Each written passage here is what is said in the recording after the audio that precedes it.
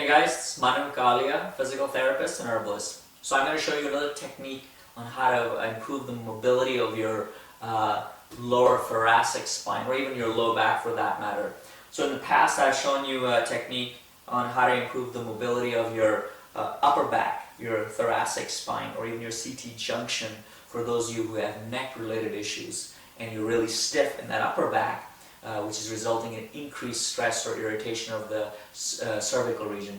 So this one is more for your improve the mobility of your thoracic spine. So if we get your thoracic spine moving better, especially your lower thoracic region, and it could be your lumbar or your low back also that could be stiff. The wedge works really well because it tends to isolate the area you're trying to target.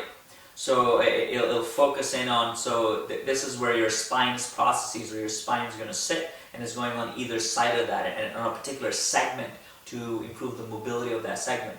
But of course it can also affect the soft tissue also, so the local muscles too. So what I'm going to do is we're just going to reverse that what we did for the upper back. So essentially I'm going to be laying down, you can do it on the floor also, and I'm going to place the wedge. So let's say if I'm trying to target, and if I'm trying to target the thoracic area, right, it's going to be, so I'm going to place it right on that region that I'm trying to target. Now I control how much stretching or mobilization I want to do by letting my pelvis drop down onto it. So if I'm really stiff, I can't come down as far, right? And if I have good mobility, I can drop down further, of course. So this is great because the bridging and coming down onto a particular segment allows me to control how much pressure I'm applying at that particular segment.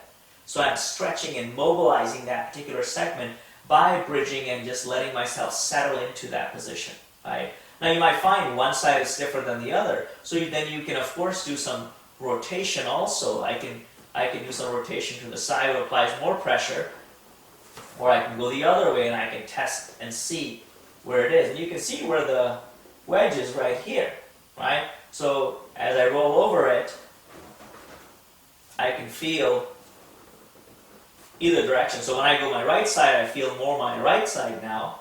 And when I go to the left side, I feel more pressure on my left side where it's mobilizing or stretching those tissues, okay? As well as by dropping down and just letting my pelvis settle down onto the treatment table. So, and you can move it around. So I might find, well, I'm not that stiff there, let's bring it down a notch. So I might find another segment and I might do the exact same thing there. So I can work at, again, raising up and gently lowering down to find a particular segment where I might be stiff. Okay, so most often the issue is in the lower thoracic region or the upper lumbar where you might have some stiffness. The low lumbar region usually is not so stiff, and you tend to have more mobility in some of those segments because most people tend to be quite stiff in the hip region as well as the lower thoracic region, all right, or the mid-back region for that matter. So resulting in more mobility usually in the low lumbar area. But of course, you can be stiff in those areas too. So depending on what you're trying to target, if you're really stiff, then you can be more specific and target specific segments or specific regions with this technique. And you can really work at mobilizing the segments. So be cautious, don't overdo it. 2 to 3 minutes, start with that first, and gentle, don't crank on it.